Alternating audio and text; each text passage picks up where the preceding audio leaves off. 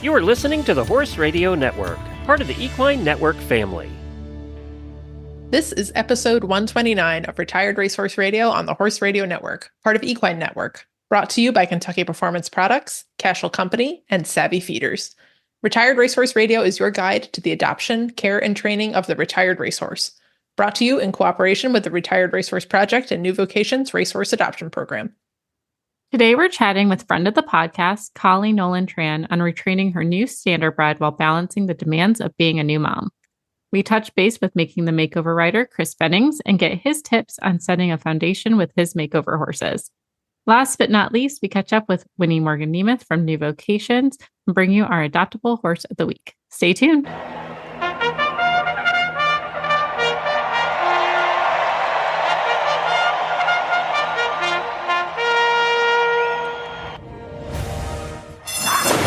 And they're off on Retired Racehorse Radio, the podcast that is your guide to the adoption, care, and training of the retired racehorse.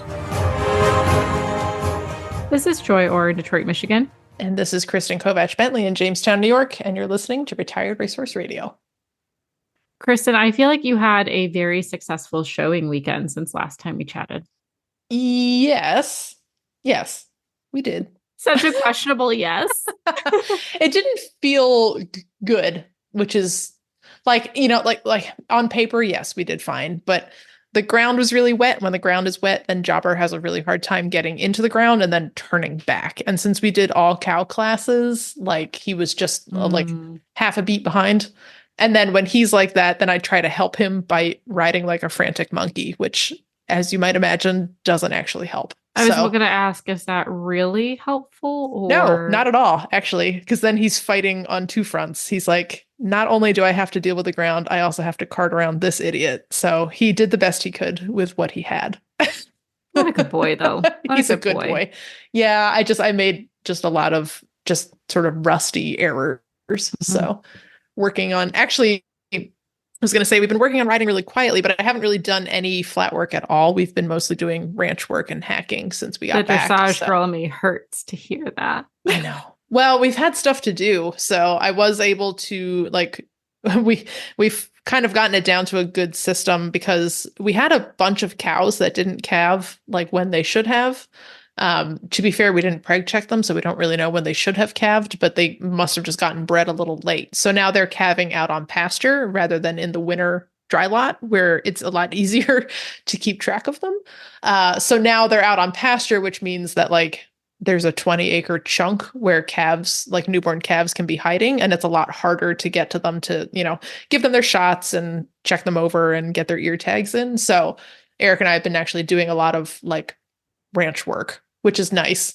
And it's fun to do that on horseback. Nice. And you've got some great photos from it too. Yeah, we've had a really good time. So, but yeah, like roped a calf. Actually, I roped longtime listeners who've been following our social media. I get a lot of messages about like, when are you going to start riding your riding cow again? And she finally calved a couple of days ago. And yes, I know. I'm very excited. And she had a little heifer, and she's just such a good natured cow. My sister-in-law says we can keep the heifer for the breeding herd. So that's exciting. And in like true fitting fashion, because 33, who we call girlfriend, her first nickname was Roping Dummy. And someone was like, that's not nice. But she's really easy to practice roping on. And so in true fashion, I was able to very easily rope her calf. And the calf just stood there and was like, meh, there's a rope on me. So it was very funny because she just she made like a little grumpy face and was like, you roped me. And then Eric, hopped off Shorty, ground tied Shorty, and then did all the tags and everything. It was just really funny. Like her little face looking up at me. And I was like, you are your mother's daughter.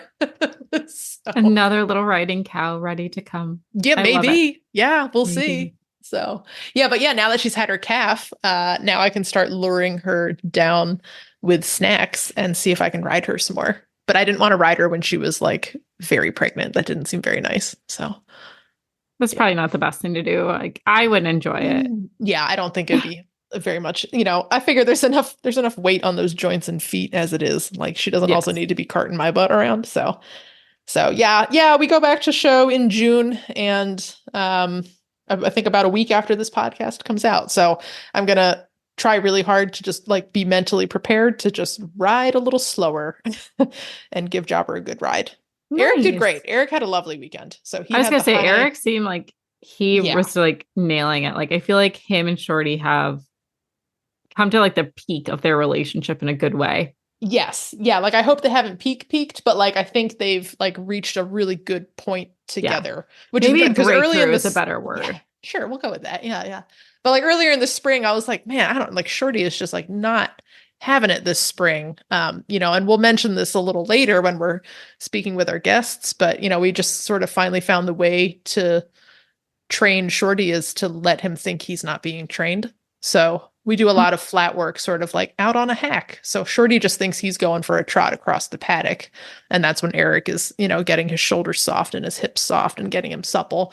But if you sit down and try to like, we're going to get you loose and supple, he's like, no, you are not. I'm going to stand here and not move. So he just has to sort of be like coerced into thinking that he's not doing flat work. Which is more effective and it's more fun and it's better for his joints. It's just better all around for him to just go out and long trot across the field. So we've reached an understanding and it's worked out really well for them. So That's awesome. yeah, it's been fun.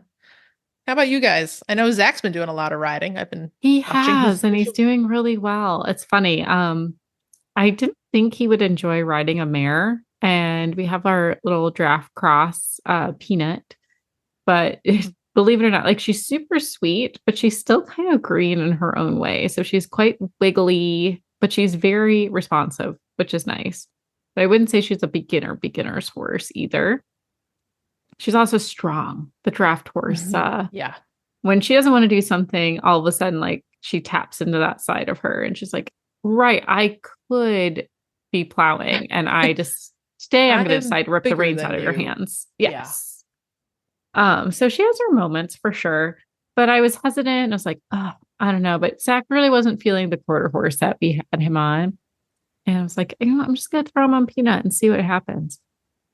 Complete game changer. He had so much fun. He ended up taking a bunch of selfies with her at the end, and he looked good too. Like he's really coming together in his lessons, and we haven't broken up yet.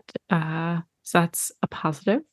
It is hard. It can be really hard. It can be really hard to like, it definitely is like a separation of like relationship and then kind of like coach to coachee. So just making sure we're in that safe spot. But I've been encouraging him to like take lessons with different trainers. So hopefully we'll get some stuff scheduled because you're always going to learn from other people too. Right. So maybe they'll say something in a way that resonates better than with myself. And who knows, maybe we'll get to do a group lesson together. That would be really fun. Oh, that's a cool idea. Yeah. So we'll see how that goes. But he's really into it. He's been listening to a lot of horse podcasts without me there. Like I haven't given him suggestions. He just did this on his own. So it's been fun to kind of come in and like, he's trying to learn the language and he's really trying to learn like horse psychology. So I think it's really going to benefit him coming into his lessons. Oh, yeah. And then for myself, I'm bringing Astrid along. We're now up to 20 minutes of riding. You're going to hear a little bit more about that when we talk to Chris later, but it's been fun to bring her progression along. And it's this kind of weird space because last year we were, very strong and like this constant momentum. And I feel like we've gone all the way back. And so I'm wondering like, what's too much to push? When do I not push enough? Like it's definitely kind of finding our new threshold, but she's feeling really good since the shockwave therapy. I'm really happy with it. She's actually like in her groundwork trying to stretch down and relax. And I'm seeing a lot more straightness out of her, but there's also a level of laziness. Like she definitely would love to be a pasture potato. So we're just trying to figure out our groove again. And I did some jumping. I actually borrowed Peanut to do some jumping just to have fun. I'm like, during this downtime, I want to try some different disciplines and get out of my own comfort zone just to mix it up, which I think has been really helpful, like mentally too, because it is hard taking steps backwards with your horse. Yeah, it is. It's hard to be sort of, I don't want to say limited, because there's a lot you can still do. But, when you were at a certain level and, you have to take a few steps back or in a different direction, that can be really difficult. So, yeah, I feel that. for sure. So I'm trying to just do a couple different things. So right now I'm trying jumping, and then if you listen to previous episodes, I talked about polo. So trying to schedule some polo lessons to try that out too. Fun. Yeah. So it's in some ways it's nice not really showing this year. I might end up showing my student's horse to get her some extra mileage, but no real plans. And so having a full summer open is kind of nice in its weird way.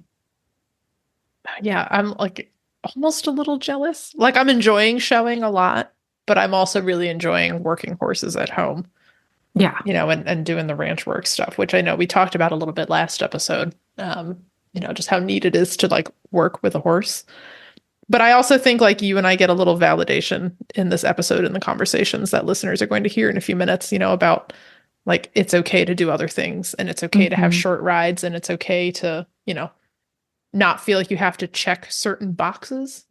It's okay to have fun. Yeah. I think that's like the general theme of today's show, and I'm really excited for it. Me too. This was a really cool episode. It was. And I feel like, it's springtime in the US and it's the height of summer show season. Like everyone's getting ready to show and you see everyone's posts, and it kind of puts a little bit of pressure when you're viewing it and you're like, should I be doing that? Should I be training harder? And you start to forget like this is supposed to be fun. And I'm really excited for the guest we had, because I think it's just such a good reminder of like that's the most important thing for you and the horse at the end of the day. But before we dive into that, we're going to hear from our premier sponsor today, Kentucky Performance Products. This Nutrition Minute is brought to you by Kentucky Performance Products, the company that simplifies your search for research-proven nutritional supplements at kppusa.com. The horse that matters to you matters to Kentucky Performance Products. Feeding your horse starch-laden grains can lead to colic, laminitis, and metabolic disease. Today, nutritionists are recommending the use of high-quality fat to provide healthy calories. Fat is an extraordinary energy source.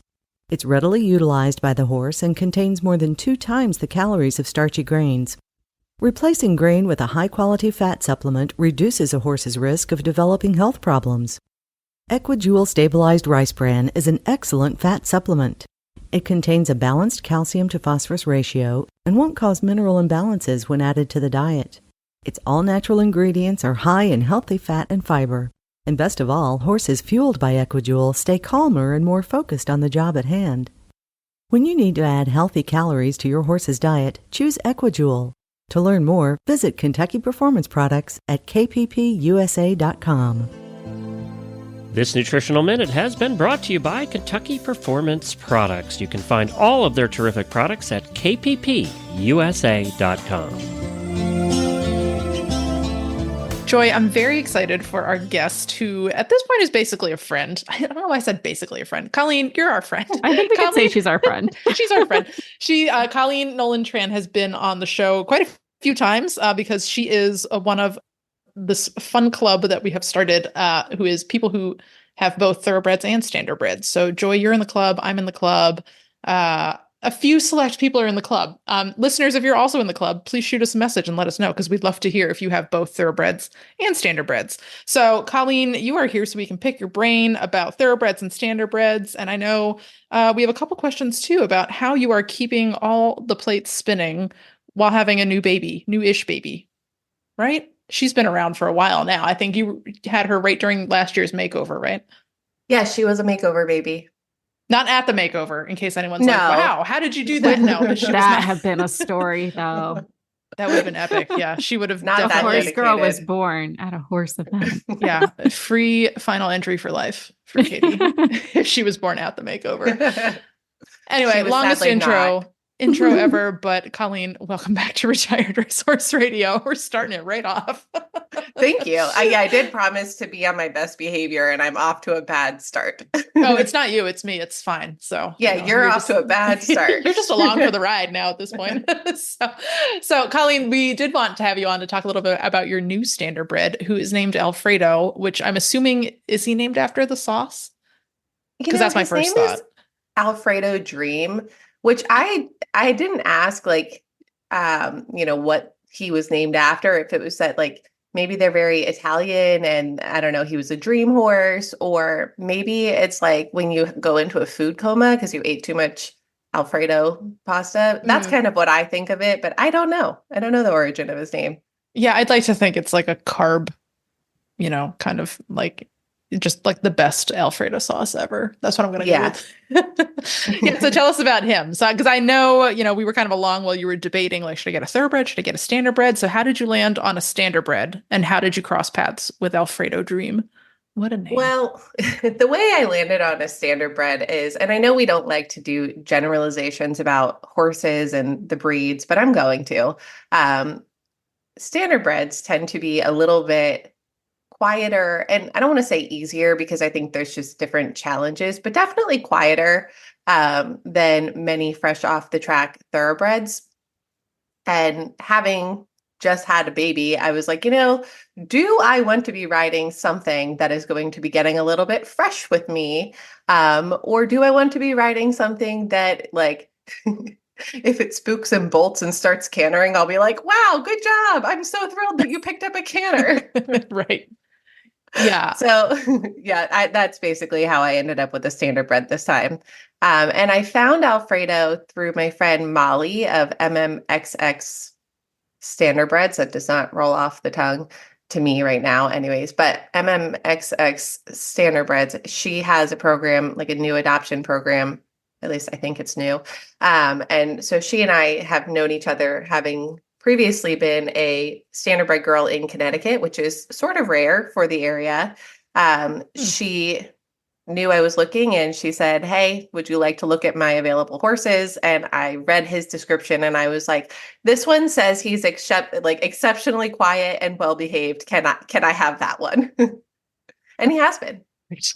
He really had. Yeah, it's been fun to watch, his progression. And it seems like he progresses so quickly, and I think that's what I enjoy about standardbreds is they do learn really, really fast. Thoroughbreds he just seems too. happy. Like Yeah, that's what I like happy about it. He's dude. just like consistently happy, like your baby. Yeah, she is a happy baby. No, he's just always like happy to go along with whatever I've said. And like, I'm just like, hey, I would like you to, first of all, I would like you to accept me as a rider. And he's like, okay, anything else? And you just kind of are like, yeah. In fact, actually, with the standardbreds, it's almost like you have to be careful not to get too greedy with them because they will just go along and do whatever it is that you want to do. And like, I had to make sure that I was like setting a timer on my watch and being like, yes, he feels amazing, but that is because like he is just a really nice fellow and I don't want to go past what his physical abilities are. So that's the one drawback is they tempt you into staying on them forever because they're like, yeah, I'm having a fun time. But you have to set the limits there. Yeah. Oh my gosh. I feel that very hard. And actually, we're kind of doing a similar thing with our thoroughbreds. Like, I'm like, okay, if it's good in 20 minutes, like it's good. Like, stop trying to like chase that high over and over again because it's not going to work. So I want to circle back to, when you were talking about thoroughbreds and standardbreds, and you're like, well, I don't want to generalize. And like, agree, like we don't like to do that, but yeah, it is a little bit of like choose your hard with trying to choose between them, right? Because some things are hard for both. And I always joke with Eric, like, oh, if we got standardbreds first, we might not have ever gotten thoroughbreds. But I do find like, the things like balance and like accepting a rider, not that the standardbreds don't, but like, the thoroughbred is already accustomed to that and they're accustomed to doing 3 gaits, in all directions. And so some parts of that are easier. And then with the standardbreds, yeah, like you're saying, like they're just so accepting of everything that you're like, we can just keep going forever, and then suddenly your horse is burned out. So, but then other things like, knowing how to respond to a leg aid right away, that's a different challenge. So it is like very much choose your hard, like, do you want like front loaded hard or do you want hard a little further down the pike, when you're like, this is going great. Now let's do a leg yield. And the standardbred is like, what? Yeah. Yeah. I kind of feel like as a dressage rider, and a trail rider, the way I think of it is like, if I get a thoroughbred and a standardbred off the track, I think I will be quicker to get the standardbred out off the farm doing a trail ride and maybe quicker to get the thoroughbred off the farm doing a training level dressage show that includes canter. Yeah. that's a good comparison. Yeah, right. Yeah, your thoroughbred will be like, yeah, well, we can do that. Yeah. Whereas like, Yeah. I'm sure I could do it faster if I really set out to do that. But like, I don't think I took Cricket to a show to canter for the first time for years, like maybe 6 years. Oh, wow. Yeah. Yeah. Well, doing your foundational work at home, as we all should be doing. Yeah. Yeah, I agree with that. And again, any listener who's like, but my thoroughbred or but my standardbred, like, no, it's okay. We get it. Like, we know that we've had some special horses, so don't add us. Or do. Or yeah, go ahead and we'll just have a they conversation. all learn It'll at be their fun. own pace. This is true. Yes. Yeah. I love that. So now how do you like fit it all in a day? Because like I have a hard time working, we'll call it a 9 to 5, a flexible 9 to 5, and getting horses ridden and fed. And I'm only feeding once a day. Now I know your horses are in, you live on your farm property. So I think you don't have the same commute I have, but you also have a baby. So how are you like, how are you managing? That's my biggest curiosity is like, how do you make that time for yourself? How are you Wonder Woman, Colleen? I'm not. You make it look so easy though. So this is like, well, thanks, guys. We want to look under the hood here and be like, how? Okay. How are you doing this? Let's really get into this. For one, I got very lucky. I have a baby who sleeps really well, and she has slept pretty well most of the time that she has been alive, other than like, the first 2 to 4 to 6 weeks are really tough. But then after that, she started sleeping for longer stretches. And being a well-rested parent does make being a parent much easier, I think. So that was step 1, was getting very lucky. Step 2 has been having my husband be helpful. Like I can't do it all myself. I need his help, and I need him to be happy and willing to spend time with the baby. And also having the baby be happy and willing to spend time with her father was very helpful. And if he wasn't around, it would be like if I had family or just someone who is willing and able to come and hold the baby, play with the baby, enjoys being around the baby so that I can go enjoy myself, knowing that she'll be well taken care of. And then the real trick has been, the last week has been utter chaos. My nanny has been out for several weeks with she was in the hospital, and so she was unexpectedly out, which meant I had no childcare. My husband was traveling for work.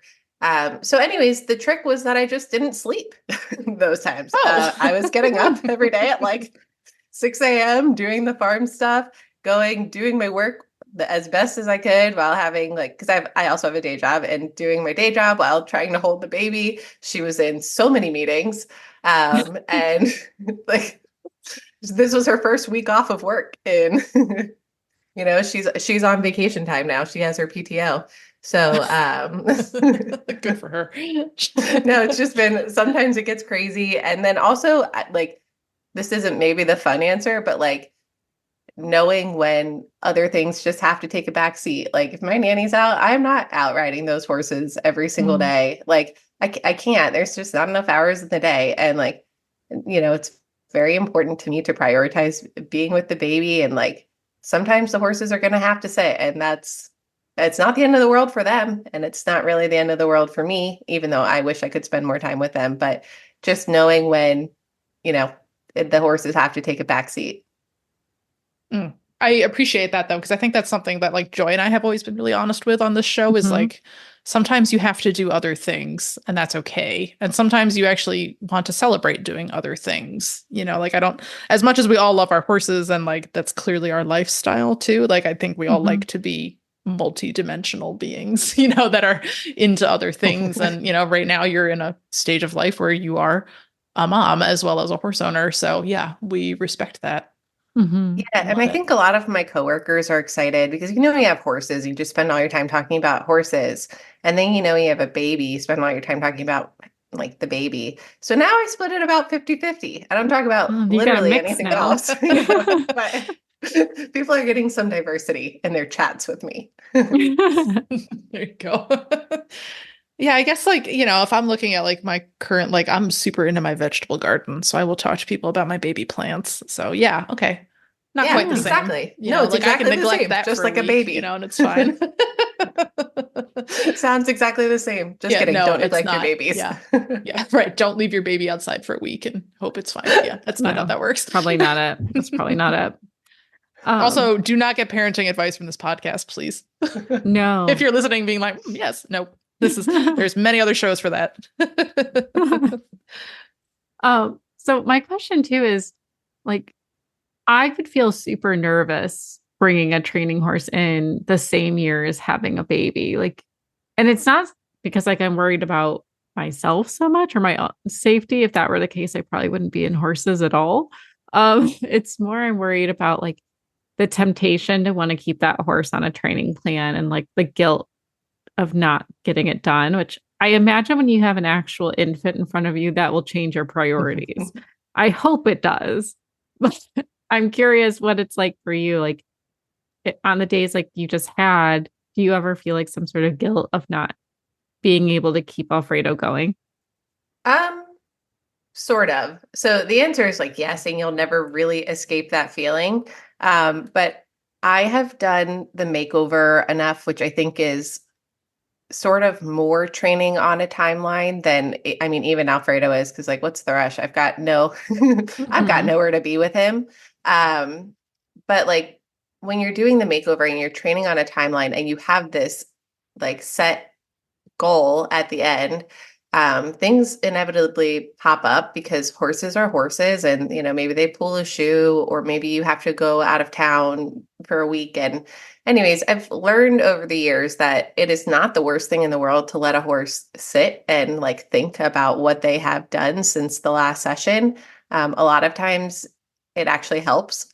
And also, I don't know, the world has never ended doing that. And even though sometimes like I am like, wow, I really would love to get back on the horse for me, because as you can imagine, after last week, I was like, I kind of need some me time. You know, I've been spending all day like working and taking care of the baby and whatever. I kind of wanted some me time, but that was actually more at the front of my mind than being like, oh no, we're falling behind in the training, because the only thing that's rushing me ever is me. Like there's really no one else who's actually watching me and being like, she's such a fool. I cannot believe that her horse isn't cantering yet. Or like, oh, she hasn't jumped. Like no one cares. No one cares what I'm doing with my horses. And, or if you do, thank you, I guess, for caring. But yeah, it's all the pressure comes from me. And as long as I'm not like inflicting it on myself, then it doesn't really matter. I love that. That's like the biggest truth that like I Mhm. don't think I learned that until my 30s. Like, and not that no one cares, but like no one cares as much as I do about what Yeah. I'm doing. And it'll be okay if and I still have anxiety about it. Like we didn't ride yesterday because it was supposed to be raining, so we planned to do like all of our like town chores, like going grocery shopping and stopping by Home Depot. Like, so we're like, okay, we're gonna do it Tuesday because it's gonna rain, and then it didn't rain. And I was like, we're wasting the evening. And Eric's like, Yeah. no, we're not. Like, they don't care. The horses don't care. No one else. Like, who are you worried about? And I was like, okay, good point. Like, I know you're right. I'm just going to be mad about it for a few minutes. But yeah, like, no one cares as much as we do about ourselves. That sounds very narcissistic, but you know what I mean, right? Like, no, I know exactly. Yeah. It's like, think about all the things that maybe you guys don't do this, but I definitely do. If you do something that's embarrassing and you sit up at night, like thinking about it all the time, and you're just like, all right, no one else remembers this. Or maybe they do if it was really embarrassing or really funny, but like no one else is really thinking about you. It's like, because they're all too busy going through the embarrassing thing that they did. No one's thinking about you as much as you're thinking about yourself, because they're all too busy also worrying about themselves, probably. Yeah. No, you're right. You're right. Colleen, you can come on and like steer our ethics any day. To be like, remember, it's okay. I'm gonna like accidentally be like, all right, and no one cares about it. I'm gonna create existential crises for everyone. Like, no one cares about anything. Nothing really matters. You're just doing it to have fun. No, but that's the biggest thing, right? Like, it's supposed to be fun. If your horses are healthy and happy and you're having a good time, like, it is okay. Like, it's okay to enjoy things. So, Yeah, and I like love to this. bring it back to your first question, like that's actually how I picked Alfredo, right? Like when I'm going through all of the horses and reading their bios, and I saw a couple of horses that looked like maybe a little bit flashier. Not that he's not like a pretty mover, like I don't know, but I was just kind of like, of all the horses that I looked at, this is the one that I could see myself not just enjoying like riding every day, but like also enjoying like being around and like, because again, I have my horses at home. I spend a lot of time with my horses, not riding them. And like just having a horse that's so pleasant to have in the barn and to be around, like I always tell myself, life is too short to keep horses around that I don't enjoy myself with. And like it doesn't have to be the flashiest mover, like the prettiest thing. I have a lot of plain bay, not that that's not gorgeous, but I have a lot of plain bay in my barn. And as long as that horse is like a horse that I can see myself enjoying and like spending time with and just liking to be around, then that's a good horse. So many like quotable quotes from Colleen I this know. evening. How are you going to pick for social? I know. By the I don't way, know if you follow just retired, woke up retired and radio. yeah, plug, follow us, Retired Racehorse Radio. But yeah, Colleen, I don't know, you just like woke up today and chose wisdom, but yes, that seems to be it's a what's vibe. happened. So I Seems like it. the side effect of having a child. So you're That's welcome. good. Are you telling me I'm about to put it all together when I have a child, Colleen? I did go to a lesson with my trainer who has children who I think are in college or just out of college, and adult children. Anyways, I like showed up for my first lesson after having the baby, and I was like, could you hold the horse for me while I'm something I said that was like somewhat out of the ordinary for me. And she goes, yeah, that's right. Everything changes. And I was like, yes. Yes, like I'm not like, I don't know, I don't have nerves of steel anymore. I was just like, I fear death. Please help me. But yes, everything changes, and not just in that regard. Yeah. Well, and like, like I am not a mother, so I have not experienced this firsthand, but I noticed this like in our makeover trainers group that inevitably it's a lot of, young women in that group. And inevitably every year, one or two people have children, and sometimes for the first time. And there is a lot of people who are like, I don't have the nerve and the courage I had before to get on these green beans, like right off the track, and I'm struggling with this, and there's a lot of like really good supportive conversation that happens around those every year, basically, when someone's like, whoa. And it's interesting. And, I'm always here to support, even though I have not experienced that firsthand, but it is something I've noticed, with a lot of and, then I know that there's still plenty of them that are like, yeah, whatever, I'll get on that. That's fine. So it's just, everyone's different. But yeah, that is a phenomenon I've noticed and respect for sure. Yeah. And I was just going to say, Colleen, I love that you did something for you. I think mentally that was really important, whether or not you knew it. But in my regular line of work and my friends groups outside of horses, a lot of new moms, like it's all about the baby, and they feel like a sense of lost identity to a degree.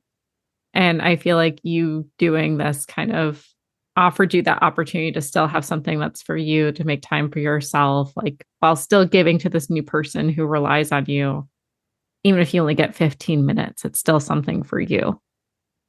Yeah. I mean, you really just hit it like right on the nail on the head there, which is yes. Like, it's just so nice to have like this, like, I don't know. It's not like you just change so much when you have the baby, like everything changes. It's like you're a whole new person, except you're not. And so sometimes it's nice to remember that like, I am still, I'm still that hashtag horse girl, I'm just also a horse girl with a baby that I'm hopefully raising to be a horse girl as well, if I'm raising her right. I can't wait to see the little like Shetland pony that you bring to your house someday. My husband keeps telling me, he's like, stop trying to get a new pony for her. You already have the most child safe horse there is. And I'm like, stop ruining this for me. I know. Let me collect them if I want to. Come on, Dan. Yeah. Come on, Dan. It's not necessarily about the fact you have a child safe horse. Yeah. Like, it doesn't matter that Cricket's perfect. He's mine. Yeah. She needs her own. She needs her own that she can be crazy with, and we'll support it fully. Thank you. Thanks, guys. Yes. Of course. Well, thanks for coming on, Colleen. This was amazing. I hope this has inspired some other listeners, and even for like dads, for the men listening in. We know that kids take time from you too. So if you're a new dad, this applies to you as well. Colleen, can you tell listeners who now might be inspired to sort of get the behind the scenes of your journey, where can people follow you on social media? Great question. Where can't you follow me? I'm on Facebook as Lucky Cricket Farm, New Jersey. I think it's NJ. I'm on Instagram as Lucky Cricket Farm. If you actually want to see like what my actual life is like with babies, though, like at Nolan Colleen. I'm also on TikTok as I think Colleen Nolan-Tran. I'm sorry, there's no consistency between my handles. And then I'm also on YouTube as Colleen Nolan-Tran. But like, if you're really curious for the overlap of horses and babies, you probably have to go to my personal Instagram. Everything else is more segmented. I will say though, your YouTube is worth a follow, as is your TikTok, because you do so much good like progress videos and your vlog series on YouTube. I know you're always like, I forgot to edit my vlog again. But like they always are just so well done and put together, you know, to explain your process. So I think listeners definitely give her a follow there. If you are interested in the process of bringing along a Standardbred, give Colleen a follow. Colleen, this was a delight. Thank you so much for coming on and sharing some of your personal journey with us. This was really cool. All right. Thanks for having me back again, guys. We'll see you again soon. Cashel has been crafting top-notch products since 1986, designed to make your ride safer, more convenient, and downright enjoyable. From the Crusader Fly Mask, the ultimate fly mask, trusted by riders nationwide, to the blanket top performance felt pad with pressed felt with merino fleece. It's like a spa day for your horse's back.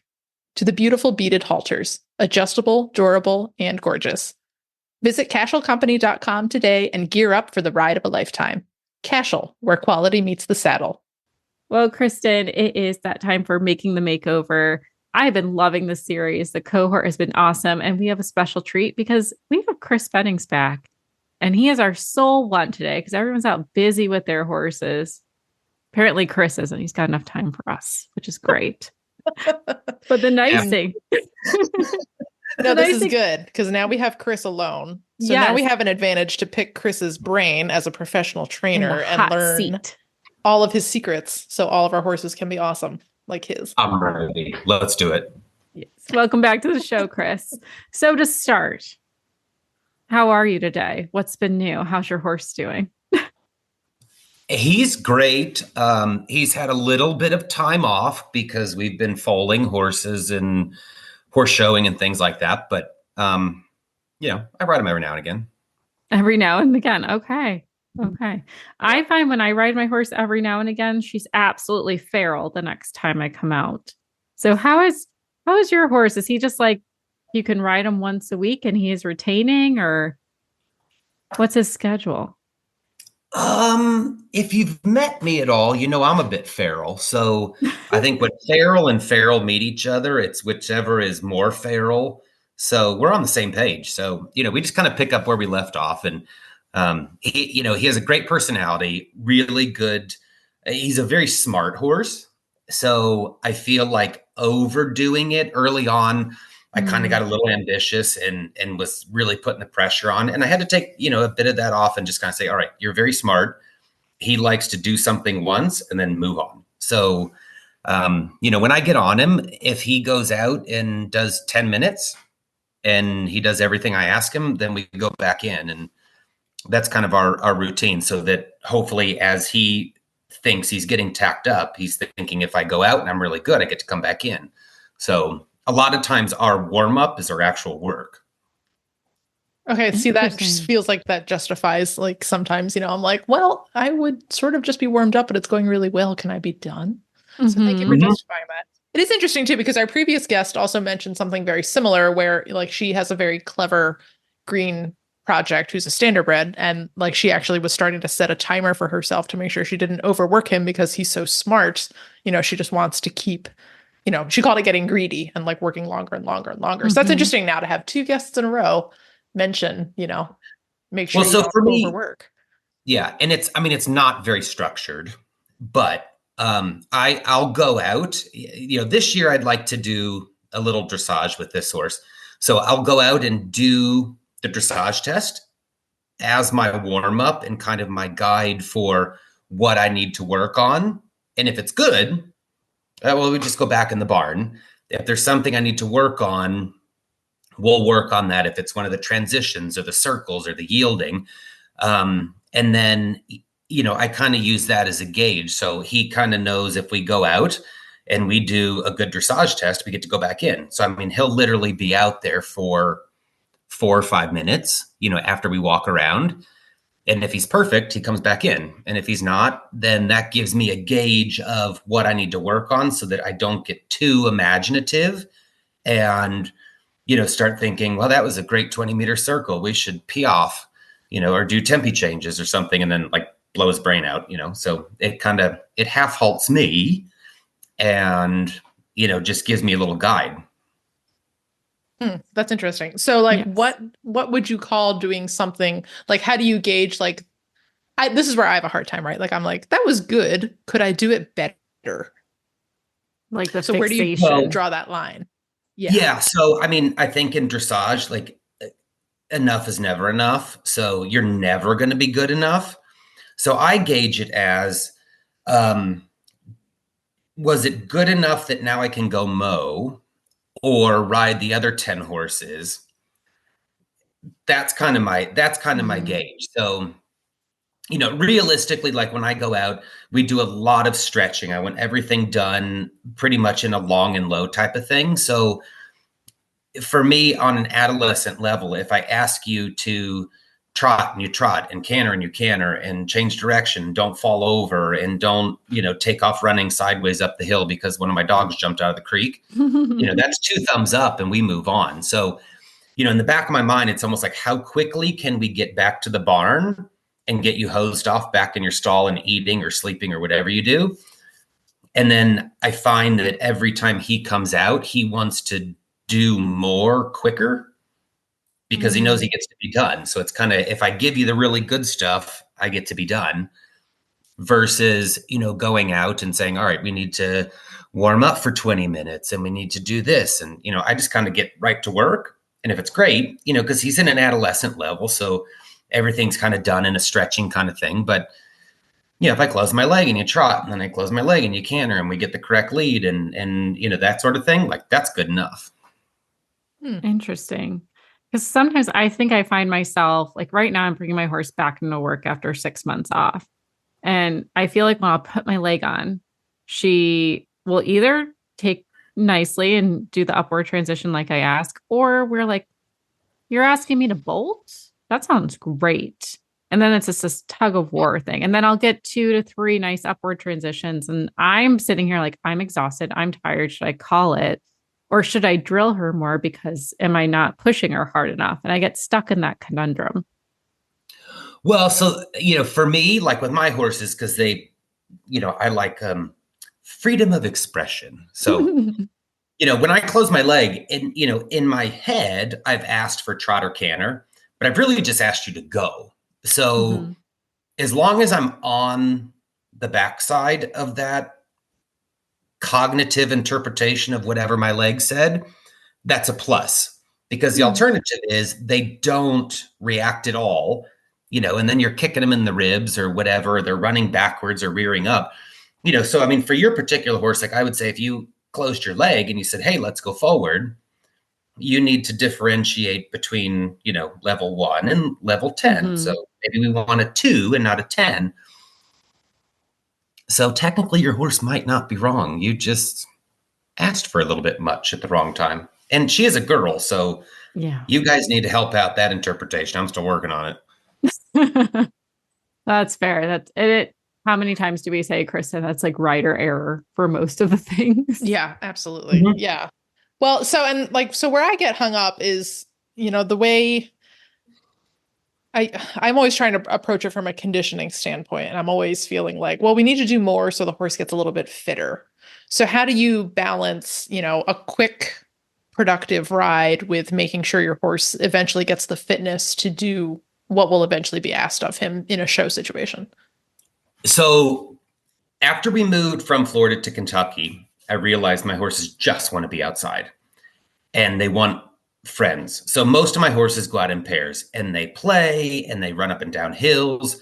So I never worry about the fitness that way because my my thought is if it's too fit, then, when I get to the show or, a stressful situation, like how am I going to get quiet enough?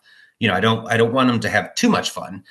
So Yeah, that's why I kind of work on, I'd rather 10 minutes of quality, because I know at the horse show, I really only need 4 or 5. Right. So, and coming from the world of hunters and jumpers, I mean, the jumpers are a little bit different, but the hunters, like, fat doesn't run far. So I prefer, not really in shape because they're easier to get quiet. Mm. And at the level of competition that we're at, by the time you get to the makeover, I don't think you need a terribly fit physical horse. You need a mentally fit horse, which understands how to be calm, how to process information, and how to stay with the rider in the situation. Because you don't, how long is a hunter course? How long is, the eventing and stuff like that, that's a little bit different. But even so, I think if they're too fit, then you got to work them down. So by the time you get to showing, they're tired. And I would rather they just look at me and go, "Ugh, you again, I'm already tired." Yeah, that's interesting. Yeah, because I do find like I can get my horse sort of mentally in the game fairly easily. Like, our problem this year, of course, is that he's incredibly bonded to my husband's horse. So like we can't be more than 40 feet away from each other, or there's a lot of screaming, but I don't really know a good way to fix that.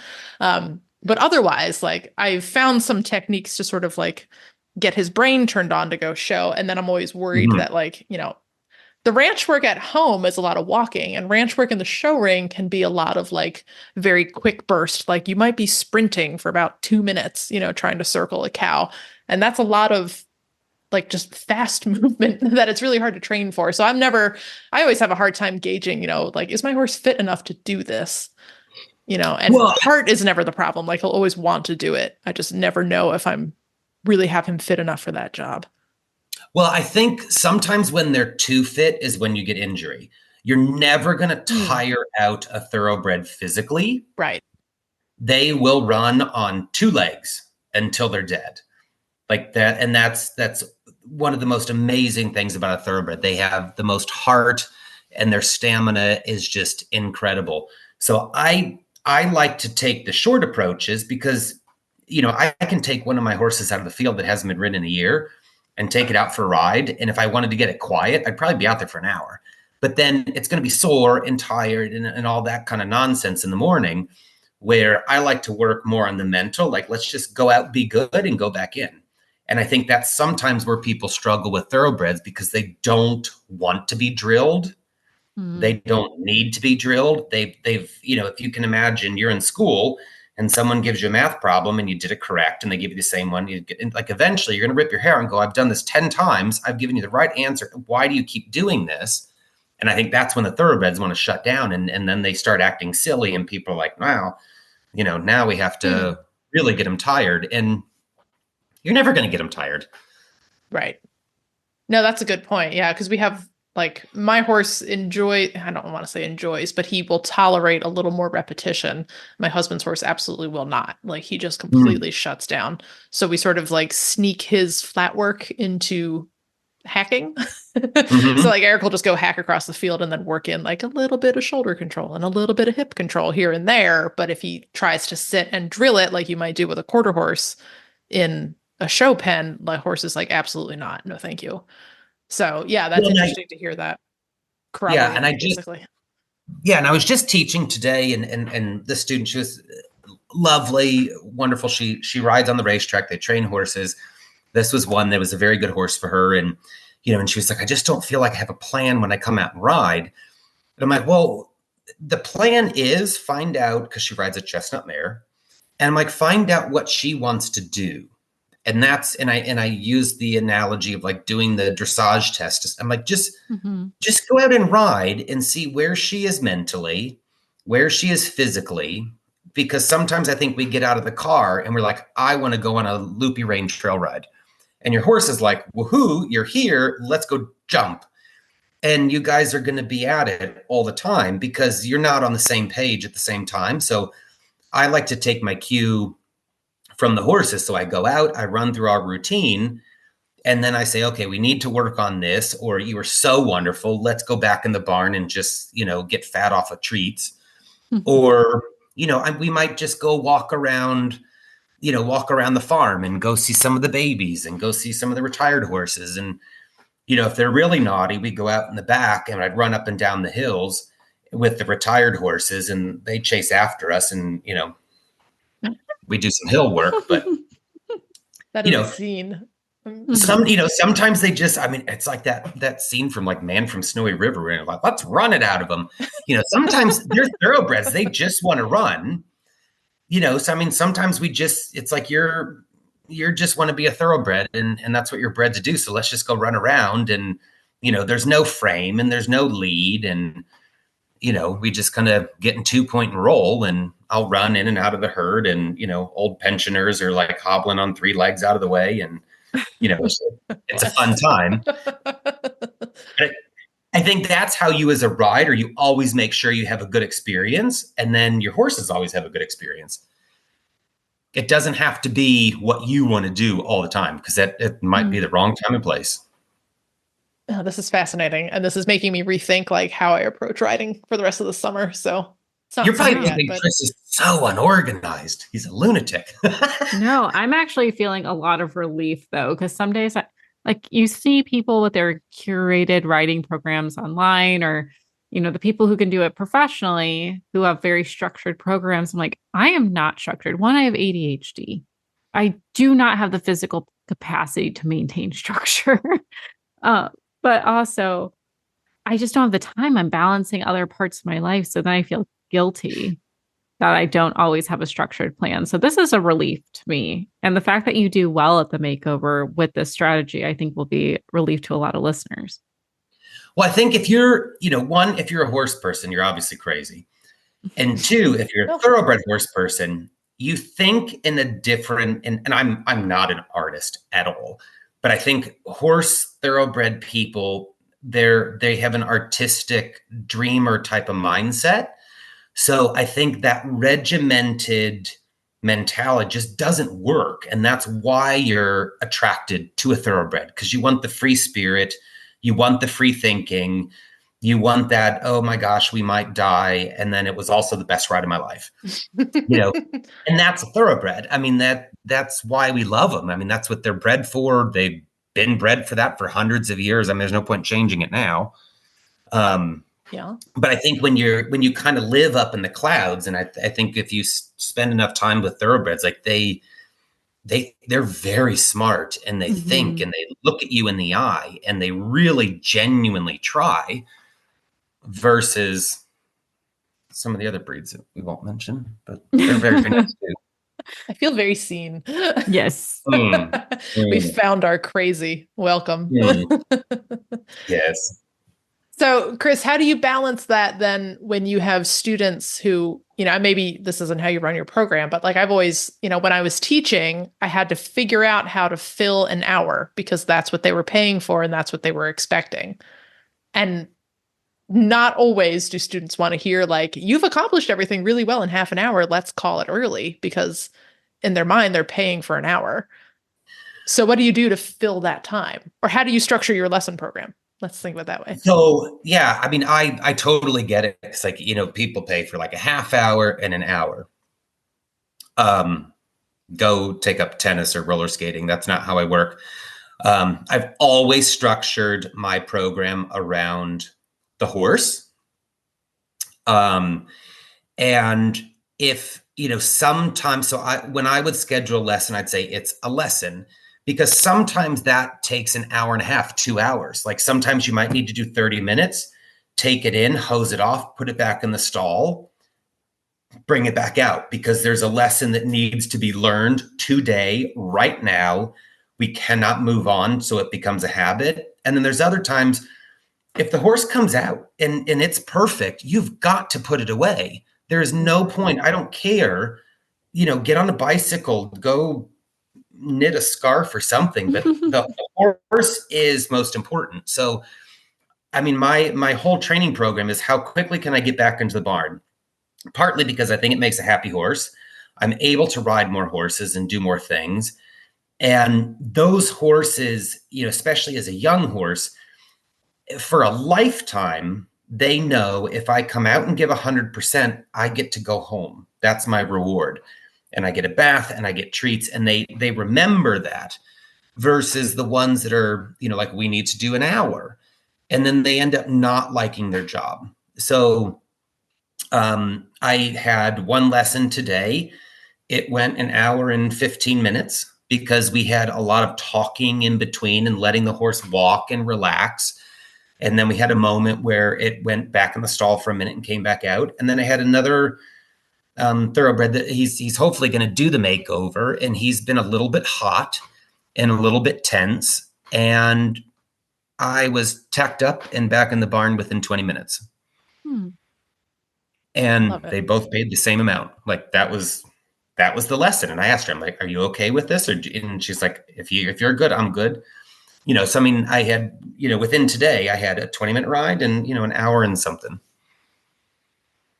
Nice. Well, I like that, you sort of set the precedent that it's going to be a horse first program. So, yeah. I like this. I'm learning a lot. Taking some mental notes. Mental notes. Yeah. I mean, you either like me or you don't. I like myself, so I've got enough friends, really. Not that kind of mental note. Yeah, don't worry. No, Chris, this has been really, really cool. And I'm glad we got the opportunity to just sort of like sit and pick your brain for a while. And, like, you have so much professional knowledge and insight that, we don't always get to because we're too busy having fun. But now we're able to have a good time, but also learn a lot. And I think our listeners hopefully have gleaned a lot from this as well. So. The other thing too, like anyone listening, if you're having problems, one thing I love about the makeover is that the professionals and the trainers, they want to help. If you have a question, shoot somebody a message on their page, on their Facebook page or something. Like, don't put the stupid question out on like the giant board and then you're going to get 800 different responses. Bad responses. If there's someone that you're following that you like how their horse goes and they're doing well, shoot them a message. Like, it's the best thing about the Thoroughbred Makeover. And the people that have been there and done that, they want to help and they want to share the knowledge. So, it just send a Facebook messenger and say, hey, this is what's going on. Do you have any advice? We love doing that. Yes. Yeah, it really is one of the friendliest. It's really not a competition in that sense because everyone's in the same boat. Everyone's working with a green horse. Everyone wants to see everyone succeed. And I think that is what is unique about the thoroughbred community, and in particular the makeover, is just that sort of camaraderie and helpfulness.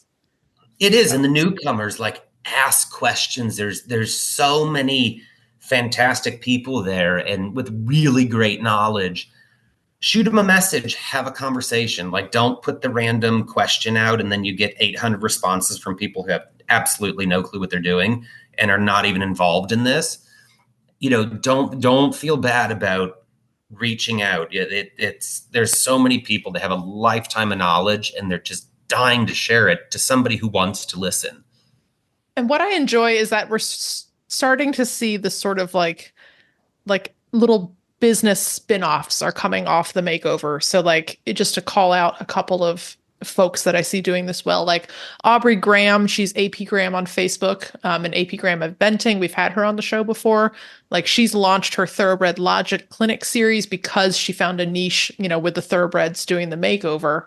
I don't want to say the makeover is like 100% of the credit, but like, she's spun this entire clinic and training and writing program around the thoroughbreds. I saw Allison O'Dwyer, who was the trainer of the 2023 Thoroughbred Makeover champion. She's doing a mentorship program. Like, all of around this makeover culture, there's these numerous other opportunities starting to come out. And I think that's really cool just to see how this one competition has sort of changed this world for the better. So it's really cool. Well, and you're here sharing your knowledge and experience. Like, this is just really neat. There's just so much of a information exchange.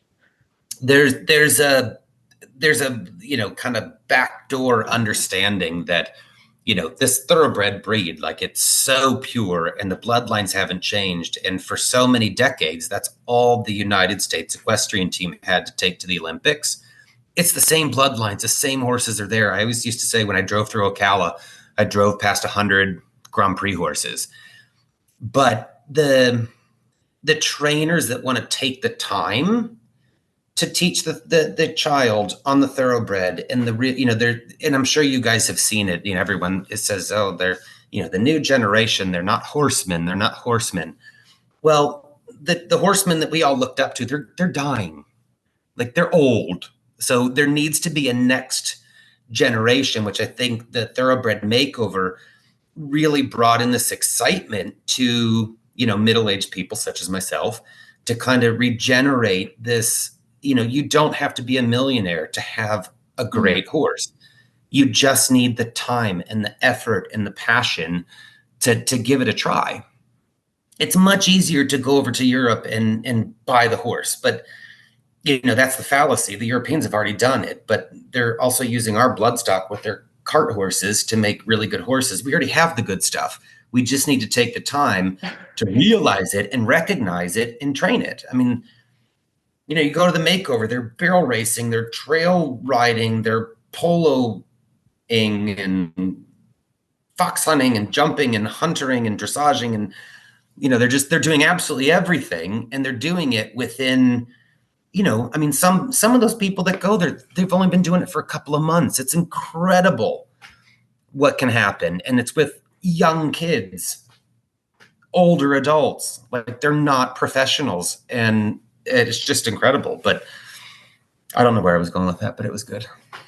It was good. It was good. It's very motivational. And I think a very honest truth of the sport of. You saw the part where I hit the clouds and went, oh gosh, I think I want Skittles now. I don't know. Bringing us all back down to earth. I love it. Yeah.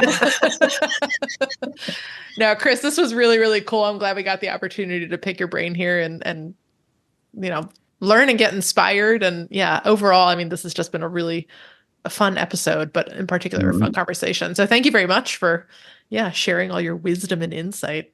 Have you been told you're wise before? Yeah, that's what it was. I was like, reach out to trainers. I mean, not everybody me, like pick some other ones too, because I don't want my Facebook tomorrow. That would be fun. We don't want to blow up your spot. It's all right. No, we got you. I've got to get hay tomorrow. It's not going to be fun. Mm. And it's Celia's birthday today. Poor Celia. You should probably spend some time with Celia. Yes. She puts up with a lot. Celia, that was her gift. I was gone all day. Oh, great. All right. Well, you're welcome then, Celia. Yeah, we kept her occupied for a half hour. I left all day and I bought her some farm gates, so she's happy. There you go. A true horsewoman.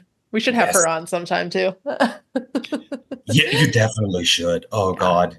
We'll catch up with her at the makeover. We'll get her the inside scoop on Chris. Yeah. Well, Chris, thank you so much. Remind us where people can follow along with your journey, unless you're completely incognito on Facebook, and that's fine too. Yeah, you can follow me on the RRP podcast. Perfect. All right. This is it. The exclusive with Chris Bennings. Thank you, girls. Thanks, Chris.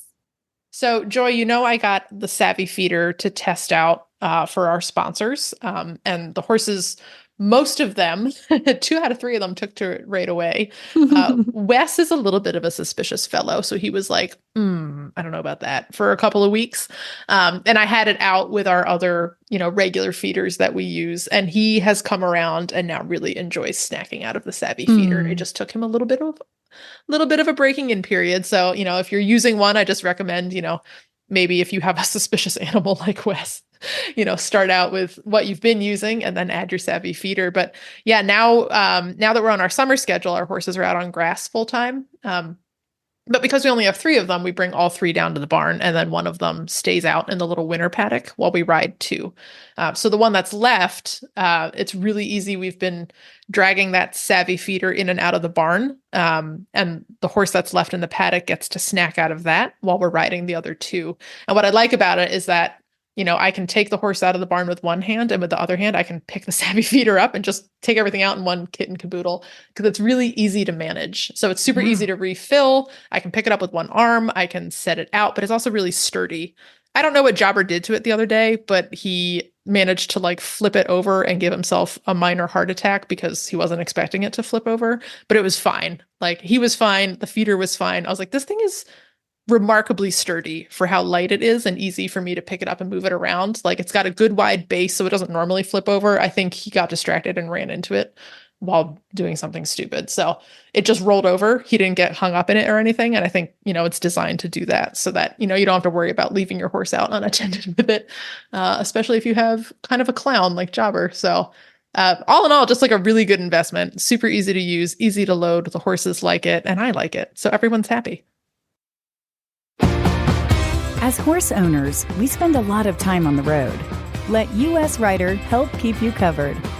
Our equestrian motor plan offers fast, reliable, nationwide service from our highly trained roadside assistance team. 24/7 coverage for both you and your horse. Membership includes horse trailer servicing, towing, flat tire repair, even on dual wheels, battery assistance, and lockout service on any vehicle in your plan. We also have your equine companions covered with referrals for emergency vet services, farrier referrals, and emergency stabling assistance. Get peace of mind on the road for you and your horse. Join US Rider today. Well, it is everyone's favorite and most tempting part of the show where we have a representative from New Vocations join us. And today we have Winnie Morgan Nemeth, who runs the Standardbred side of the program. Welcome back, Winnie. Thanks for having me. It's always a pleasure. And I always love learning from you, especially because the more I've gotten to learn about Standardbreds for you, the more I look at them at New Vocations. We're in that like nice place where I would say we're softly looking for a new horse. My boyfriend's riding more consistently. So that was the demand. He has to be showing up. He has to show interest. He has to be able to tack up on his own. And okay. Now I'm having a hard time sharing horses with him. So we're like in that soft look, and a Standardbred seems to be a safe option for us so far. But before we dive into our adoptable horse of the week, we did have a training question, or maybe more so of getting to know the life of a Standardbred a little bit more. And we were wondering, what's it like for Standardbreds when they get to the track? Are they in a stall? Are they tied to the trailer? Is there a place for them? Because I'm curious, with them doing so well in trail riding in a second career, how well do they do standing at a trailer if you want to have a picnic or a drink with your friends? Yes, that's a great question. Well, I'll start with it. The Standardbreds get a lot of miles in terms of shipping to the racetrack. Most of them are not stalled or not trained at the track they're racing in. But they are in proximity to that they could be shipped. So they might train at, say, a fairgrounds track locally, and then they go to a raceway track or a casino track to race. And that entails, usually they have to be there 7 hours before they race. So they will ship, they'll load, they'll ship, say, 80, 90 miles to the track, unload. A lot of these tracks don't have stabling at the track. Some do, some don't. It just depends on what racetrack you're racing at. But most all have paddocks and I mean paddock as in like a barn. They each get assigned a stall. It's not a fancy stall, but they are cross-tied. They can be loose, but most of the time you're going to unload, and then they stand in the cross ties for a long time waiting. And that's why they're so good, not so much at standing to a trailer. That's something they would have to learn, but they're very good cross-tied or tethered on the trails. They learn that very well for people that do tether type overnight things. But they're standing to cross ties and they get harnessed up, then they go out and warm up, then they come back, cool off. Some people warm up again. Some people just take them back on and race, and then they come back to that paddock, they bathe, they get cooled out. When they're done, they get back on the trailer, and ship back home, which could be an hour, hour and a half. So in terms of, I think riding horse people, that's a little different. You don't get to go to the horse show and let them relax for, a few days and then show and then go home. They're very much used to getting on the trailer, going, performing, and going home. Some of them that are stabled at the track, basically what it would look like, you might walk the horse over to the paddock, and they would be there for their detention time, depending if they're on Lasix medication. The vet does that, and then they have to be in the paddock, and they just learn to be very patient, waiting. And that's why they're so good in the cross ties, because like I said, it could be quite a few hours depending on what race they're on. Most cards are going to be like 12 races in a night.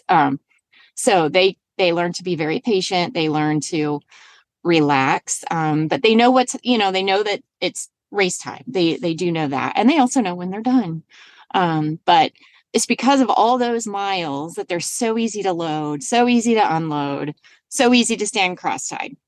Now, our thoroughbreds stand very well just, with one tie. So that's something that the standardbred does have to learn in terms of standing like by a trailer. But it usually doesn't take them long to figure that out. It's just something very new for them. That makes so much sense because Wes is so quiet in the barn, like tied. He's quiet in the trailer. He's learned, I guess, to be quiet tied to the trailer, like almost like to the point where I'm like, is he in the trailer? Like, you don't feel him move. You don't hear a peep out of him. He just is like, I'm just here. But that makes sense if it's so much routine for him, that he's like, yeah, this is just a thing. Yes. And I mean, they get broke to drive, as yearlings and early 2-year-olds. And so then some start racing, as 2-year-olds. And, they're as 2-year-olds, they're on the trailer probably maybe 10, 12 times or more, and then 3, it just continues. And a standardbred can race every week. So if you're at a little, fairgrounds track training, you're going back and forth at least once a week. So they learn real fast the routine, or they're shipping with other horses that are racing in the stable for sure. So they've got a buddy with them, but they are usually, all around other horses in the paddock. But it's just a little different than a thoroughbred paddock. Right, for sure. Yeah. Well, Joy, it sounds like then if you want to hit the trails, that the standardbred is the perfect choice for you. You can put it on the trailer and come see me. I know. It'd be perfect. And speaking of horses that would be perfect for you guys, let's talk about this horse that I have been coveting on the new Vocations site for several weeks now. So, Winnie, please tell us about Mayfield Hanover and convince Joy to adopt him before I do. Mayfield Hanover is a nice horse. Very seasoned racehorse, came from a trainer that sends us just the best horses. He was placed before and was with that family, I believe, 3 or 4 years at least. And they ended up having to sell their farm, sadly, and relocate, and he could not go with them. So he did come back to us, and he's just a gem. He is by a pacing sire named Dragon again that we just really love. He's really nice, laid-back horses. Baker is what we call him. He has a lot of experience under saddle, also driving. Just a nice family all around horse. He does love the trails. Like he's one that you just point him and go, where do you want to go? He'll lead, he'll follow. He's very, very happy. And, he's been off the track for a while, since he's coming back through the program again, but not his own fault by any means. Just a very nice, sweet, kind horse. He was well loved by his trainer. She's was already like, why is he back? Very concerned, but no issues with him. He's just been a sweet guy. He's a 2007 gelding, and he's 15.2, and he's located at our Richwood, Ohio farm. He is the perfect size, and he just has such a nice look to him. Like he just looks like a nice big boned. Of course, I'm always drawn to a ranchy type. I'm specifically not showing this to my husband because this is like my husband's perfect. He likes a bay. He likes a big boned bay. He's going to be all over this. So this just looks like a really, really nice guy. Joy, I think Zach wants this horse. I think he does because he is obsessed with like a dark, like very stoic looking bay. That's his favorite. Yes. Yes. And definitely Mayfield Hanover looks that way. And he is that perfect height of 15.2, but big boned, which is what I really like in a horse. So not too tall, but just enough horse under you where you feel like as a tall person, you feel very supported. Yes, sturdy. Yes. Mm-hmm. Yeah. Oh, there's a video of him bareback too. Oh, you can fun with him and everything. He's ready to go. Yep. Bridget just did that with him and said he's just been a lot of fun. A lot of fun to have. He's a really nice mover too, because I know sometimes when they're first coming to you in those videos and they're learning to trot under saddle, they almost have like that young horse gangly look to them as they're figuring out their feet. And you can tell he's got the miles under him. He's really stepping under himself and he settles softly between transitions. Like he's definitely schooled. And so I think he would make a great horse for anyone who's maybe not looking for, a more intense retraining, but a horse that's a little bit farther along and is ready to go. He would also be related to Wes, because I see Western Hanover in his pedigree notes. So that is Wes's sire. So you can have a cousin of Wes. Yes, be my friend. Yeah. And and he really reminds me of Wes, the way he goes, like he just carries himself and just covers the ground, but doesn't look like he's rushing. He's just a really nice looking guy. He would be so cute in like the dressage ring. That's what I'm picturing him as. And he's even trying to figure out his headset. Like he's really cute. He is. Put him on the list, Joy. I know. Yeah, definitely. Put him on your list. Put him on our list to check out. And, he's also a great fee. $1,500 for a very athletic and handsome looking horse. That's a steal. You really can't touch a horse for that price anymore these days. I mean, as we all know, the price of everything has gone up, and New Vocations, you guys have kept your adoption fees so reasonable. Like there's a win-win-win. Give a guy a home and get a great horse for not a lot of money. And gosh, just a nice guy. He looks like a nice guy. I'm sucked into watching his video. He's so cool. Yeah. So make sure newvocations.org, get your apps in. Don't waste any time because they go just as fast as we announce them. We do our best, but we're glad they're popular. They're usually gone before we get to put them on our social media. So I know. Yeah. I previewed this guy a couple weeks ago because I liked him a couple weeks ago and I was like, "Ooh, guys, look at this." So yeah. It was fate. It was fate for us to talk about him. I'm so glad he's here. Yeah. Yes. And then if you're still looking for a Standardbred, he's not there. Reach out to Winnie. She will help you find the right one for you. Yes. Happy to help anybody looking for a Standardbred. Wonderful. Well, thank you so much, Winnie. We so appreciate you coming on and sharing just that little tidbit about the track life. It's nice to know that they can cross tie because that's not always easy to train. So that they're ready to go is really nice. Yes, they're very good at cross tying. Wonderful. Well, thanks again. And until next time. You can find our show notes and links to today's guests on the website at horseradionetwork.com. Like us on Facebook and Instagram. Just search for Retired Racehorse Radio. Follow us on Twitter at Horse Radio. You can find me on Instagram at The Horseback Writer and on Facebook at Jobber Bill, Racehorse to Ranch Horse. My email is Kristen@horseradionetwork.com. You can find me on Instagram at Misfit Mare, and my email is joy@horseradionetwork.com. Thank you so much to our sponsors, Kentucky Performance Products, Cashel Company, and Savvy Feeders, and to our amazing partners, New Vocations Racehorse Adoption Program and the Retired Racehorse Project. Don't forget to check out all the other shows on the Horse Radio Network, part of Equine Network, at horseradionetwork.com. Remember to set your goals high and love to learn from every ride. And add more leg. Bye, guys.